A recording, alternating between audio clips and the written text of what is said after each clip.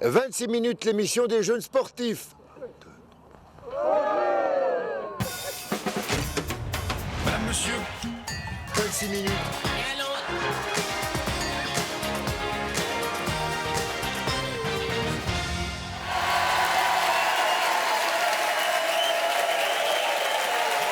Bonsoir et bienvenue. Vous regardez 26 minutes et on vous remercie beaucoup pour ça. Voici le sommaire de ce samedi 8 avril. 20 millions d'euros cachés à Lugano par la mafia ont été découverts cette semaine. La justice italienne multiplie les requêtes auprès des banques suisses concernées pour tenter de récupérer ou de geler ce pactole. La révision de la loi sur les loteries et les casinos est en consultation à Berne. Elle vise à régulariser l'offre en ligne et à mieux protéger les joueurs accros. Il n'y aura pas de second tour à Neuchâtel. Les 5 conseillers d'État sortants ont été réélus tacitement mardi. Alain Ribaud, en charge du département de la justice, de la sécurité et de la culture, est notre invité. Et ce soir également, une assurance, une fondue et un changement de direction.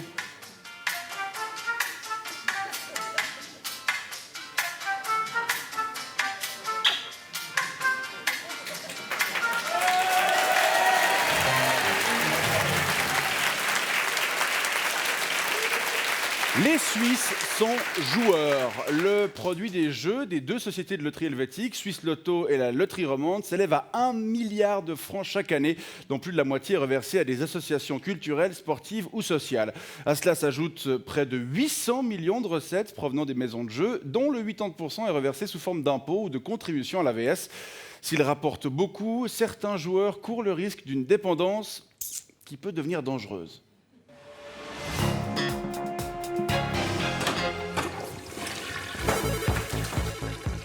Je m'appelle Romain Cajou, je suis comédien. Enfin, actuellement, je suis au chômage, mais normalement, dans 2 semaines, je commence à répéter avec Emilien Guény. Il monte Philoctète de Sophocle. Ouais. Enfin, ça dépend s'il reçoit des subventions. Hein. Comme j'ai un peu de temps actuellement, ça m'arrive de jouer un petit peu online. Crédit insuffisant. Ah, mais merde! Putain!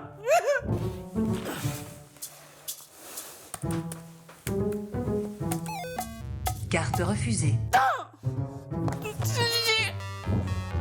Le jeu, c'est un passe-temps, mais ça peut aussi être un moyen d'arrondir les fins de mois. J'ai un pote, il connaît un mec. Une fois, il a gagné 500 000 balles.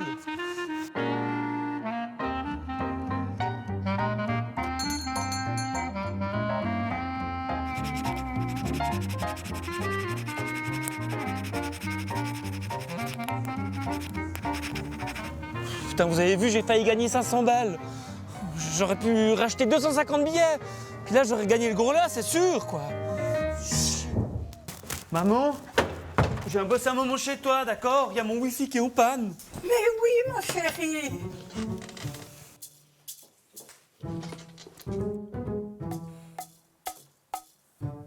Bon, tu voudrais pas aller me faire un cake, là? Je crève la dalle, moi. Oh, oui, oui, oui, mon chéri, oui, oui.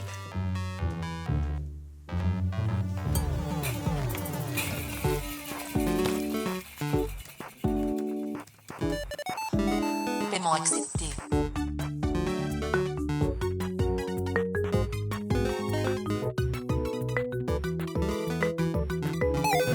Crédit insuffisant. Oh,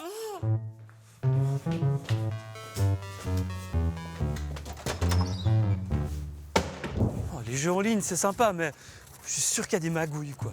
Là, par exemple, c'est quand même un tout petit peu bizarre que j'ai tout perdu. Non, les vrais casinos, c'est vachement plus fiable.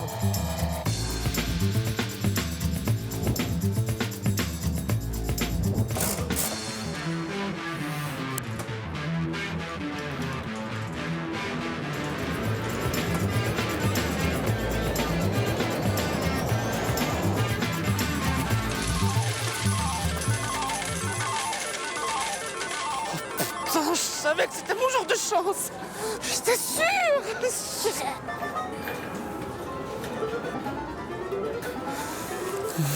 Ce serait bête de s'arrêter sur une si belle lancée.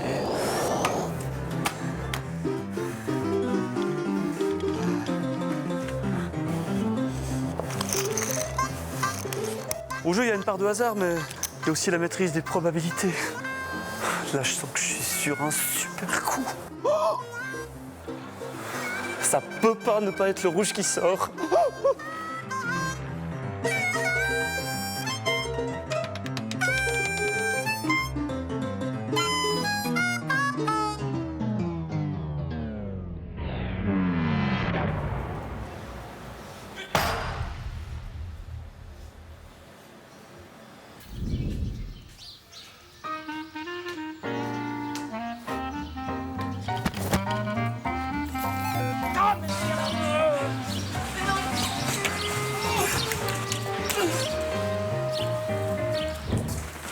Putain, non mais...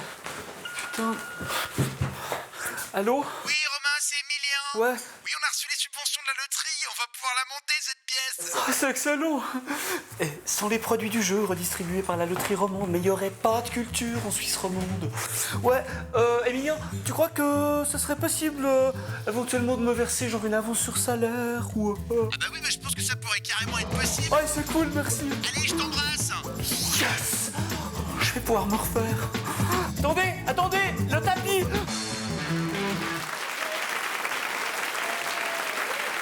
Toutes les séquences de cette émission sont disponibles sur notre site 26minutes.ch. N'hésitez pas à aller faire un petit tour.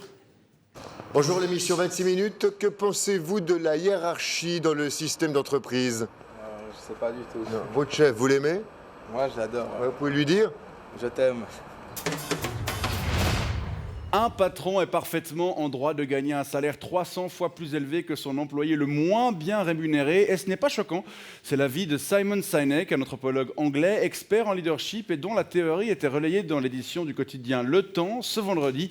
Une théorie à laquelle vous adhérez pleinement. Reto Tsenhuysen, bonsoir. Oui, pleinement. Bonsoir, monsieur. Vous êtes membre du comité directeur d'économie suisse, une association dont on peut dire qu'elle n'a rien contre les importants écarts salariaux. Non, rien du tout. Pourquoi? Parce que les différences de salaire, c'est un symbole de la hiérarchie. La hiérarchie qui est dans la nature de l'homme. Oui, de tout temps, l'être humain, il a eu un besoin viscéral d'avoir un chef. Ouais. Il ne faut pas aller contre la nature. Alors c'est en effet clair. un argument fourni par ce Simon Sinek. Simon Sinek, qui j'ai rappelle beaucoup d'admiration pour lui. Oui. Il rappelle que dans les sociétés de chasseurs-cueilleurs, déjà, pour éviter que tout le monde ne se rue en même temps sur la nourriture et s'entretue, le chef était désigné et il mangeait en premier. C'est lui qui définissait ensuite qui avait le droit à quoi.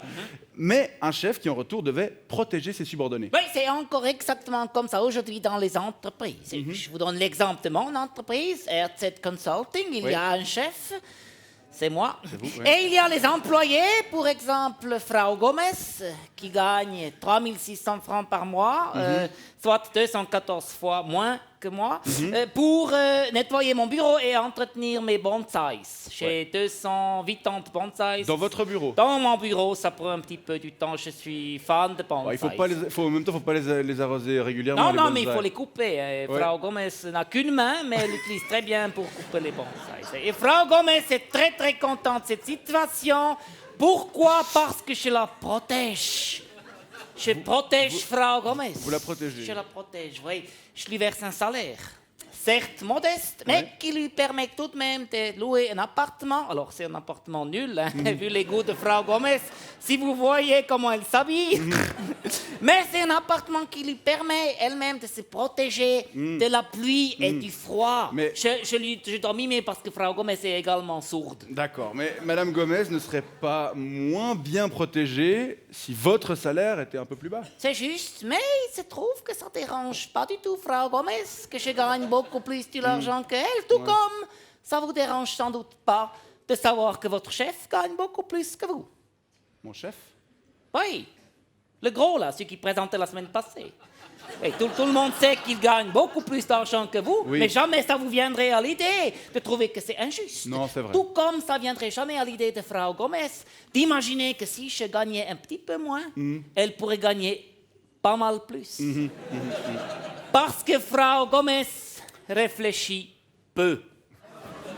Comme tous les pauvres. Ouais. C'est d'ailleurs pour ça, entre autres, qu'ils sont pauvres. Parce que s'ils réfléchissaient plus, Ouais. ils auraient un meilleur job et donc un meilleur salaire. Et donc ils seraient moins pauvres. D'accord. Seulement les pauvres, ils ont la flemme de réfléchir. C'est dans leur nature. Donc vous êtes en train de nous dire que c'est dans la nature des pauvres d'être pauvres? Genau. Tout comme c'est dans leur nature d'être moche. Comment ça? Mais je vais vous expliquer. Imaginez-vous que vous êtes beau et riche. D'accord. Au moment où vous devez choisir une femme, qu'est-ce que vous va prendre? Vous va prendre naturellement une belle riche, logique. Oui. Imaginons maintenant que vous êtes riche, mais Oui. moche. Oui. Qu'est-ce que vous prenez? Bah, Vous ne pouvez pas prendre une belle riche parce qu'elle est déjà prise par un beau Oui, riche. oui, Alors, oui. vous allez non plus pas prendre une moche riche, hein, parce que vous n'êtes pas fou et parce que vous avez moyen d'avoir une belle. Vous allez donc prendre une belle pauvre. exactement, une belle pauvre qui échappera ainsi à un éventuel beau pauvre qui aurait pu la séduire Oui. et qui devra donc se rabattre sur une moche pauvre. Pauvre, Ou ouais. Sur une moche riche, il a de la chance. Et alors la descendance de ce beau riche deviendra de plus en plus moche, sa beauté à lui se diluant à travers les générations, alors que votre descendance, vous en tant que moche riche, elle va devenir de plus en plus belle, votre mocheté se diluant à travers les générations. Et il suffit de quelques générations pour que tous les beaux, tous les riches deviennent beaux et tous les pauvres deviennent moches. C'est la nature. C'est la génétique, c'est l'anthropologie qui le prouve. C'est fascinant, cette anthropologie appliquée à l'économie. Au capitalisme. Au capitalisme. Oui, le capitalisme qui lui-même est régi par les lois de la nature. La nature qu'il faut respecter. Reto Zennhäuser, membre du comité directeur d'économie suisse, merci pour ces explications et bonne soirée. Je reviens quand je veux. Vous avez rêvé de quoi hier soir? De vous. Ah ouais? Qu'est-ce qu'on faisait? Comme d'habitude, des conneries à la télé. Des bêtises et des trésors, voici la fouille hebdomadaire de Gilles Wenger. On commence avec le fail de la semaine. Investissement d'un chantier de très grande envergure, 30 ans. Au même endroit, on a rencontré Alain Koenig, ingénieur responsable de la Transjurane. Monsieur Koenig, bonjour. Bonjour. Un homme qui ne sait pas dire non. On a envie de dire enfin. Oui, enfin pour nous aussi. Oui, on est dans des conditions géologiques. Oui, je pense que la région attend ça depuis très très longtemps. Oui, c'est un des aspects positifs. Donc, oui, c'est un immense chapitre. Merci en tout cas pour ces quelques petits mots. Sur l'aimant bleu, Pascal Descaillés a une fixette un peu gênante. Est-ce qu'il vous arrive la nuit de rêver du député, conseiller municipal, président des finances municipales, Monsieur Sormani? Mais je ne parle pas de mes rêves Qui en sont... public. Alors l'objet de vos rêves sera dans une minute sur ce plateau. Wow. Vous êtes l'objet de tous les rêves de Madame Salerno. Ça fait plaisir. Ça fait plaisir. Ah bah évidemment, ça fait toujours plaisir d'être l'objet de rêve d'une femme. Notamment de Madame Salerno quand même. Notamment. Bon. Toujours sur l'aimant bleu, des rencontres inattendues. Je peux rencontrer des bébés, des personnes âgées, des polyhandicapés. Je peux rencontrer un panneau, je peux rencontrer un fauteuil. Et un jeune footballeur qui s'entraîne le match à simuler. De Suisse et Luc. Sur la télé, les petits gestes du quotidien d'un taxidermiste. Leur ouvrir le ventre, ôter la peau, à un certain moment on va sortir la cervelle, on va arracher les yeux, des choses comme ça. Ça se fait dans un respect. Sinon, on s'est demandé à quoi pense Yvan Perrin quand il mange une fondue. En voyant ces images, on conseille à Alain Ribot d'appeler sa femme tout de suite. Et enfin, pour terminer, 17 ans après, ils reviennent. Oise. A. O. A. Waza. Waza. Waza.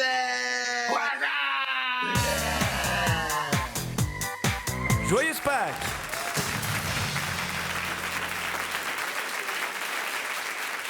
La justice italienne a découvert en début de semaine 20 millions d'euros appartenant à la Camorra napolitaine dans les coffres de la BSI, la banque de la Suisse italienne. Une affaire inquiétante qui rappelle que les mafias italiennes ont une forte activité de blanchiment d'argent dans notre pays.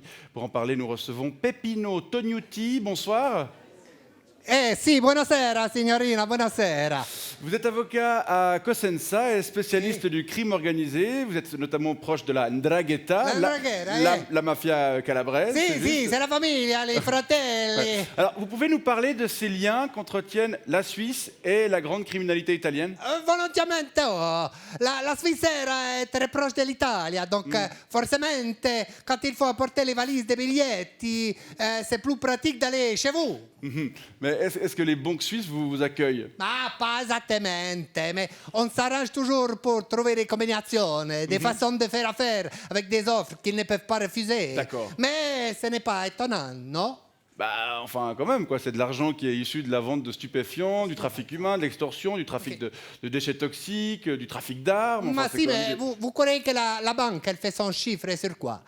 Les comptes épargne? La banque des détails? Non! Elle fait l'argent avec la banque d'investimenti. Ah bon? Ma che cazzo la banque d'investimenti?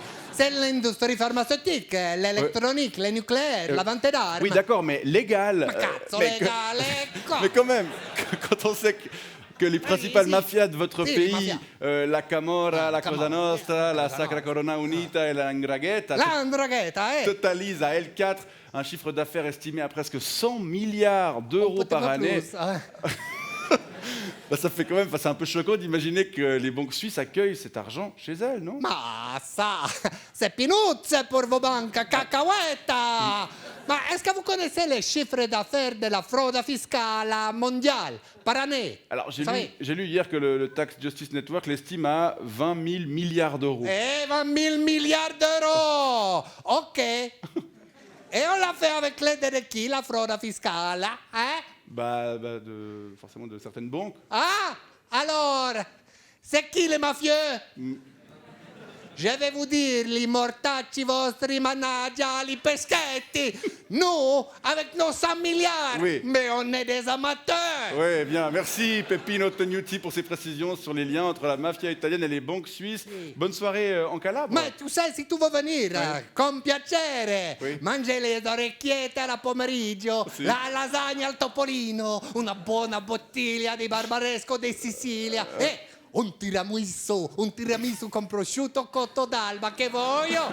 Sì? Merci, mais moi je préfère les pouilles. Ma che le couilles? Ma lasciamo le pouilles, les ciao, couilles. ciao, buonasera. Ciao, ciao. Vous ne pensez pas que le général de Gaulle devrait se représenter? Bien sûr.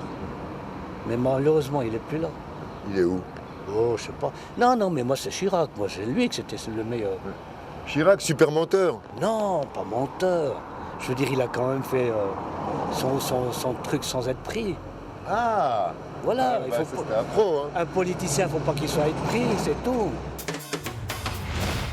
Mardi soir, BFM TV et CNews ont organisé un grand débat avec les 11 candidats du premier tour de l'élection présidentielle. C'est une première à la télévision française et un succès d'audience avec 6,3 millions de téléspectateurs. Les candidats, eux, se sont écharpés durant 4 heures et une des punchlines de la soirée a été celle de Philippe Poutou qui a attaqué frontalement la moralité de certains candidats. Mais qu'est-ce qu'il y a? T'as pas l'air bien? Non, j'ai détourné de l'argent au boulot, j'emploie des mecs au black et je touche des allocations familiales alors que j'ai pas d'enfants. J'ai peur de me faire gauler. Mais non, t'inquiète pas. Il suffit de te présenter à la présidentielle. Hein?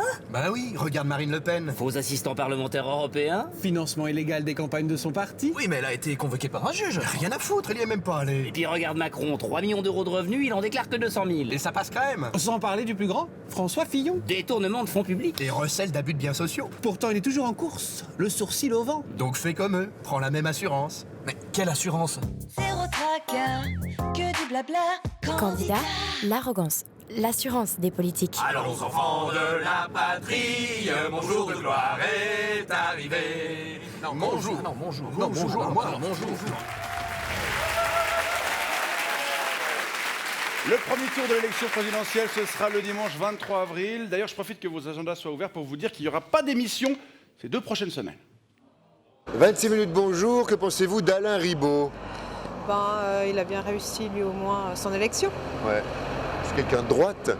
Ouais, un PLR. Ouais. On peut apprécier les gens de droite?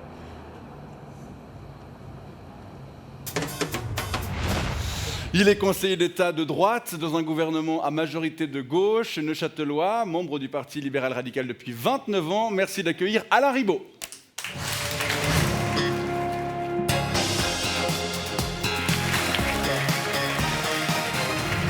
Bonsoir et bienvenue. Je vous présente Edmond Girard, entrepreneur au Locle. Oui, la manufacture horlogère Courvoisier Girard au Locle, mais je tiens à préciser que j'habite dans le bas, je tiens à ma qualité de vie. Vous êtes du haut ou du bas?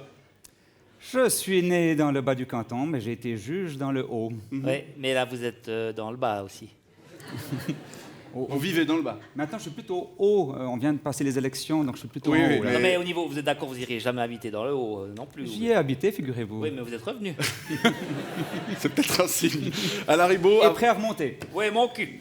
Alain Ribaud, avant de poursuivre cette conversation, et pour ceux qui ne vous connaîtraient peut-être pas encore, voici votre portrait signé Fred Valère.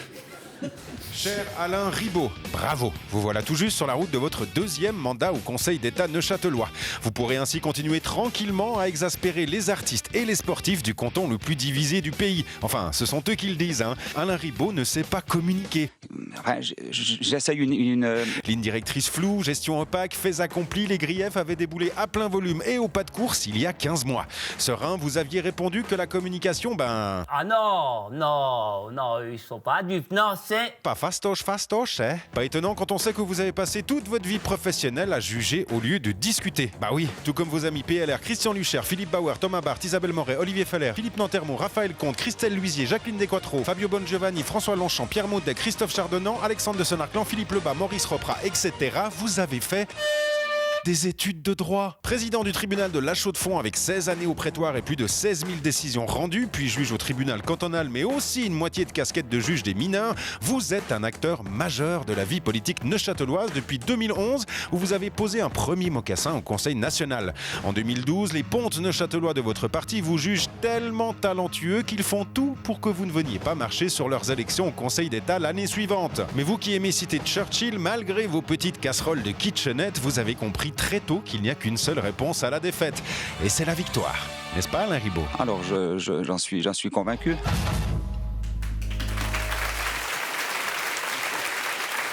C'est vrai, ça vous avez eu de la peine à vous faire accepter par les vôtres lors de l'élection de 2013? Non, je crois pas. Et la population a suivi, c'est la population qui compte. Oui, mais PLR n'était pas tellement d'accord. Vous n'avez pas envie que vous veniez mettre le bordel là-dedans? C'est une interprétation. C'est Caroline Guessa qui l'a dit. C'était pour elle a dit au c'est Conseil 4 ans trop national. tôt. Bah oui, elle voulait que je reste au Conseil national. Pourquoi? C'était une variante. Puis vous avez assisté. Les choses sont nées comme ça. Vous savez, dans la vie, il y a des moments où on fait les choses, on sait des fois pas vraiment pourquoi. Le train passe et on saute dedans. Voilà. Mais ce coup-ci, Quitte à pousser les autres pour passer dans la... Ce coup-ci, en revanche, en tant que sortant, vous n'avez pas eu à jouer des coudes justement pour vous retrouver sur la liste avec vos 4 collègues du gouvernement. Vous n'avez même pas eu à affronter un second tour. Trop facile? S'il avait fallu, mais disons que je ne serais pas là ce soir, ça serait déjà un très grand regret. Mais non, c'est jamais trop facile. Une élection, c'est dur, c'est compliqué, ça dure des semaines à l'avance. C'est des moments qui ne sont pas absolument idéaux. Donc vous êtes tout content d'avoir pu échapper à ces débats du second tour et tous ces verres à boire dans les bistrots pour convaincre. Oui, puis ces débats télévisés, c'est quand même plus drôle ici. Oui. Mais vous, monsieur Girard, est-ce que cette élection tacite, ça vous a surpris? Ça m'a pas surpris, c'est normal que les 5 moins pires soient réélus, si vous voulez, c'est clair. On n'avait pas vraiment le choix, vu l'offre politique qu'on a sur Neuchâtel. Il faut dire que la vie politique neuchâteloise est une machine à broyer les talents. Hein. Yvan Perrin, Frédéric Hénard, la petite Valérie Garbani, c'est terrible. On sort moins d'aimes qu'ailleurs de l'exercice du pouvoir à Neuchâtel, selon vous? Voilà, il y a eu des mauvaises périodes, c'est vrai. On veut espérer et on espère construire sur une espèce de continuité quand même, et que la page est tournée. Vous ne croyez pas qu'elle l'est? Vous n'allez quand même pas avoir des histoires un petit peu à la Garbani, à picoler, à partir en dépression avec Perrin. Moi, j'ai dû résister parce qu'avant, vous m'avez offert des verres, là, à n'en pas finir. On a essayé de vous avoir, peut-être bien. C'est la méthode habituelle. Hein. Ils viennent tous ici torchés. mais vous, ça vous a jamais tenté Alors moi, on m'a proposé d'être candidat, mais parce que je suis très populaire, j'aurais sans doute été élu, mais je suis pas taré. Avoir un salaire de misère, je crois que vous gagnez la moitié de moi. Vous gagnez si peu 50 000. Ah oui, effectivement. Alors, et puis, d'aller m'emmerder au château pour un salaire de misère, une faillite inéluctable et inarrêtable, une population qui vous dédie de vos décisions. Il faut être un petit peu maso, alors avoir vraiment la dépression qui pointe, assiéger au tribunal en tant que juge. Conseiller d'État neuchâtelois, c'est une vocation, une passion ou un sacerdoce? Il y a un petit peu de tout ça, hein. Un petit peu de bagne. On vous a entendu dire ça, je viens de re-signer pour 4 ans de bagne. Je ne savais pas que ça avait passé, mais effectivement. Non, mais il y a des challenges. Vous savez que dans la vie, on aime les challenges, on aime être relancé, on aime pouvoir aimer son canton, parce que c'est ça le moteur. Hein. Si on n'a pas de moteur, on ne le fait pas. Mais on ne peut plus l'aimer, ce canton. Si on n'a pas de moteur, on fait comme vous. On tient une entreprise, on essaye de ne pas être en faillite. C'est ça, oui. Mais alors, du coup, un canton, c'est un peu pareil, non? Il faut aussi c'est un peu une entreprise, mais du coup, ça rejette un peu les gens de qualité. C'est cette ambiance, c'est ce côté, tout le peuple qui vous dédie sur Transrune, sur l'hôpital neuchâtelois. Il y a les comptes également du canton qui sont un peu dans le rouge. Il y a plein d'ennuis. Il y a plein d'ennuis, mais je fais quand même la publicité. C'est passionnant tout de même. Mais il faut avoir les nerfs solides. Il faut être. Vous cherchez un remplaçant, c'est pour ça que vous faites la publicité. Normalement, c'est que dans 4 ans. Mais vous pensez que ce nouveau gouvernement va pouvoir corriger le tir et mener son projet à bien? Et si oui, comment? Alors, il est probable qu'on va vers des années assez difficiles, évidemment. Maintenant, comment ça se passe dans un canton, dans n'importe quel... Du sang et des larmes. Du sang et des larmes. il y a les roues qui tournent. Et on est convaincu que ce canton, il va prendre le bon chemin. Avec le même casting. Avec le même Vous casting, allez parce bien que depuis pouvoir 4 ans, corriger le tir, du coup, vous savez, hein, on plante des graines. Et ben, il y a quand même des chances que ces graines elles finissent par donner une belle récolte. Oui. On C'est y- quoi on ce y compte bien. projet? C'est quoi ce projet? Notez bien que je pourrais en rester là, parce que moi, je vais vous dire, hein, avec la présence ici ce soir, j'atteins le sommet de ma carrière médiatique. Flagornerie, monsieur Ribot. Parlez-nous concrètement. Les Neuchâtelois qui vous On va regardent. vous rembourser votre ticket de train. Non, mais c'est vrai, sérieusement, qu'est-ce que le vous avez envie- 1930, forum, infrarouge. Vous allez jamais C'est là-bas? rien. Si, j'y suis allé justement, Ah, mais vous disiez. j'attendais, je voulais, c'était le sommet de ma carrière. Non, on Moi, s'éloigne je du peux- sujet. Je peux arrêter. Pour les Neuchâtelois qui nous regardent ce soir. Un scoop, qu'est-ce monsieur que vous- Ribot annonce sa démission. Qu'est-ce que vous avez envie de leur dire aux Neuchâtelois qui vous regardent ce soir? Soyez fiers de votre canton, mais ils le sont, à vrai dire. Oui, oui. Soyez fiers de votre canton et comptez sur ceux que vous avez élus sans même passer par un deuxième tour. Moi, je pense qu'il y a une solution que vous n'avez peut-être pas imaginée pour sortir le canton de l'Ornière. Ce serait de vendre le Nord au Jura et puis de fusionner le bas avec Vaud ou Fribourg. Là, il y a des grands garçons qui savent bien gérer les comptes. Ils sont dans le noir depuis des années. Alors, on envisage de faire une grosse fusion de l'arc jurassien dont la capitale serait Neuchâtel. Effectivement, Mais il faut- c'est il tout faut- à fait dans mais il faut les couper, idées. il faut On n'est pas couper. encore prêt à faire sécession et puis à répartir tout Il faut ça. couper. Vous rigolez ou bien? Ben non. Mais ça me gênerait pas du tout d'aller chez les frontaliers bosser. Vous savez, il y en a plein qui font Non, mais l'inverse. je suis un peu déçu. Si ici on rigole pas, je sais pas où on va rigoler. Bon bah Alain Ribot, on vous remercie d'être passé nous voir. On vous souhaite une bonne chance pour ce nouveau mandat qui débute. Monsieur Girard, bon retour au locle. Non, je suis où déjà? Je suis à Autrive. Je suis à Autrive, Ah, ouais. c'est fini. Ouais.